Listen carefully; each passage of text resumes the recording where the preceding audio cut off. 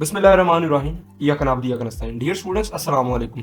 उम्मीद करता हूँ आप सब खैरियत से होंगे और आप देख रहे हैं लर्न विद अलियान। सो स्टूडेंट्स, आज की वीडियो के अंदर हम डिटेल के साथ बात करने जा रहे हैं जीपीए और सीजीपी के हवाले से कि ये क्या है और स्टूडेंट्स को किस तरह इसका ख्याल रखना चाहिए। और यूनिवर्सिटीज़ के जब उनकी कंप्लीट हो जाती हैं उसके बाद फिर लोग उनसे क्या पूछते हैं, या कंपनी वगैरह में जब जाते हैं वर्क करने के लिए तो वो उनसे जीपीए पूछते हैं या सीजीपीए पूछते हैं। ठीक है, तो ओवरऑल हम डिटेल के साथ बात करने जा रहे हैं। वीडियो स्टार्ट करने से पहले आपसे गुजारिश है कि अगर आप इस चैनल पर नए आए तो चैनल को लाजमी सब्सक्राइब कर लें और मजीद ऐसी वीडियो देखने के लिए बेल आइकन पर भी जरूर प्रेस कर लें। तो स्टूडेंट्स, हम वीडियो को स्टार्ट करते हैं और वीडियो को आपने एंड तक जरूर देखना है। ठीक है स्टूडेंट्स, स्किप नहीं करना। अगर स्किप करते हैं तो आपको समझ नहीं आएगी। मैं पहले आपको बता रहा हूँ, इसका एक एक पॉइंट अहम है, तो आपने इस वजह से एंड तक लाजमी देखनी है। और आप जिस भी यूनिवर्सिटी से बिलोंग करते हैं, ठीक है, आप पीयू के स्टूडेंट हैं या वीयू की या एजुकेशन यूनिवर्सिटी, इसके अलावा भी जो यूनिवर्सिटीज़ हैं, जो सी मर्जी यूनिवर्सिटी के आप स्टूडेंट हैं, सेम यही क्राइटेरिया रहेगा सबका। ठीक है, अगर चेंज भी होता है तो थोड़ा बहुत चेंज होता है, और किस तरह चेंज होता है वो भी मैं आपको बता देता हूँ। सो स्टूडेंट, हम स्टार्ट करते हैं।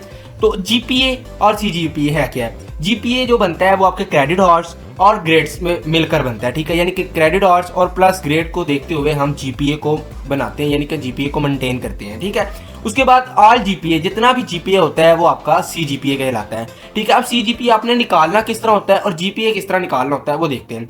What is grade? यहाँ पर एक क्वेश्चन स्टूडेंट्स का आ जाता है कि सर ग्रेड क्या होता है। ठीक है, जैसे मैंने क्रेडिट आवर्स तो बता दिए, क्रेडिट आवर्स तो आपको आपके टीचर्स बता देते हैं, लेकिन ग्रेड क्या है? ठीक है, तो ग्रेड वो होते हैं जो आपने ऑब्टेन मार्क्स हासिल किए होते हैं। ठीक है, अब जितनी भी यूनिवर्सिटीज़ हैं सबका यूनिवर्सिटी मार्किंग क्राइटेरिया देखा जाए तो ये होता है एक मार्क्स परसेंटेज, यानी कि आपने जो भी टेस्ट वगैरह या पेपर वगैरह दिया है, ठीक है, उसकी परसेंटेज क्या आई है या ग्रेड क्या है। अगर तो आपकी 80 से 100 के अंदर अंदर कोई परसेंटेज आ जाती है, यानी कि 85 आ गई, 90 आ गई, 91 आ गई, 92 आ गई, तो उसका जो ग्रेड होगा वो आपका लिए ए होगा और जीपीए जो है वो 4 होगा। ठीक है स्टूडेंट्स, आपको 4 जीपीए मिल जाएगा।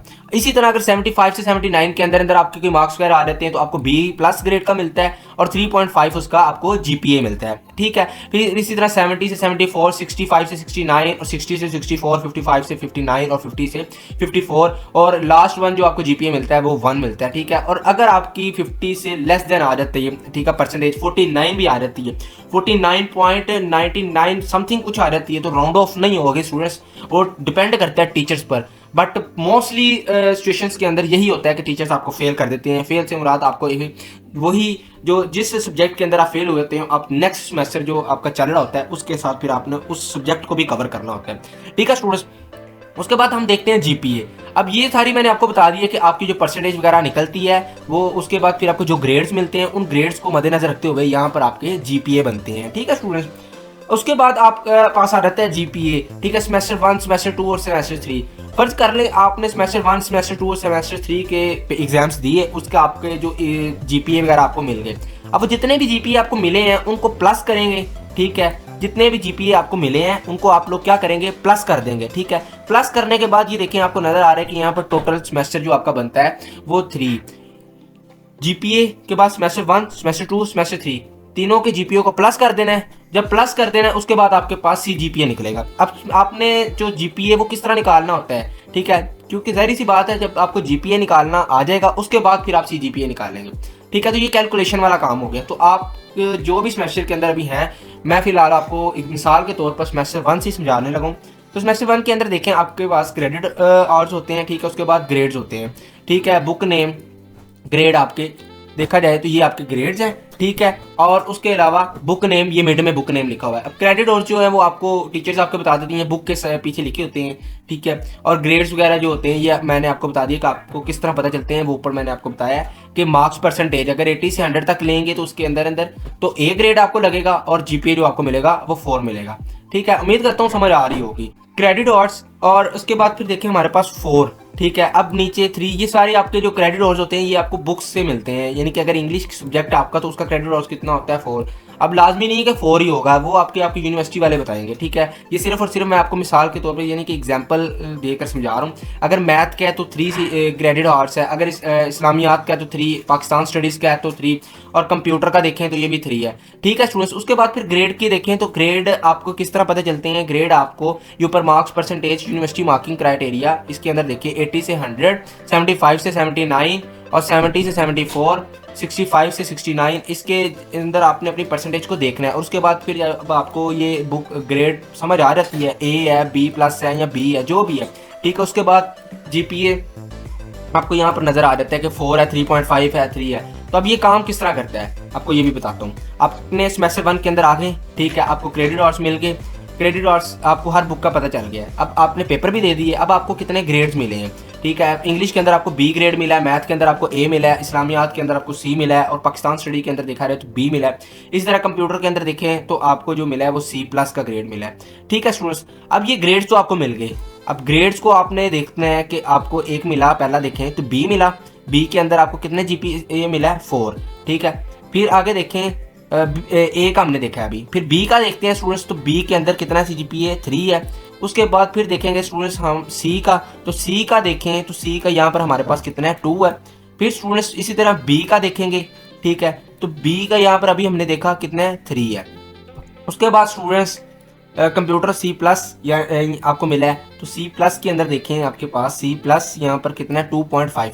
अब आपने इसे कैलकुलेट किस तरह करना है, आपने पहले अपने GPA टोटल कर लेना है, कैलकुलेट GPA इसका कितना होता है। ठीक है, यानी कि आपके ओवरऑल जितनी बुक्स हैं यहाँ पर देखें तो 1 2 3 4 5 बुक्स है आपकी। ठीक है, और इनके साथ आपको ये क्रेडिट आवर्स मिल रहे हैं। इन क्रेडिट आवर्स को सबको आपने प्लस कर देना है, 4 3 प्लस, ठीक है 3 3 सब प्लस कर देंगे तो आपके पास जितने भी क्रेडिट आवर्स होंगे आपने वो टोटल देख लेने हैं। यहाँ पर मैंने किया तो 16 आए हैं। ठीक है, उसके बाद देखें तो ऊपर ये इंग्लिश आपको मैंने ग्रेड्स का भी बता दिया कि किस तरह देखने हैं आप लोगों ने।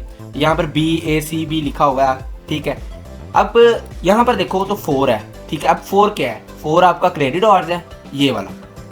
ठीक है, और आगे देखें जाए तो ये 3 है। अब ये 3 क्या है, ये 3 आपके ग्रेड के हिसाब से आपको मिला है। यानी कि यहाँ पर अगर इंग्लिश का हमने देखा तो क्रेडिट आवर्स का कितना है 4, वो हमने लगा दिया यहाँ पर। ठीक है, और उसके बाद ये क्या है 3, तो ये 3 कहाँ से आया, ये जो भी आपको ग्रेड मिला होगा उसके हिसाब से आपने देखना है। जैसे बी का देखा जाए अभी, तो बी का यहाँ पर कितना है, बी का 3 है।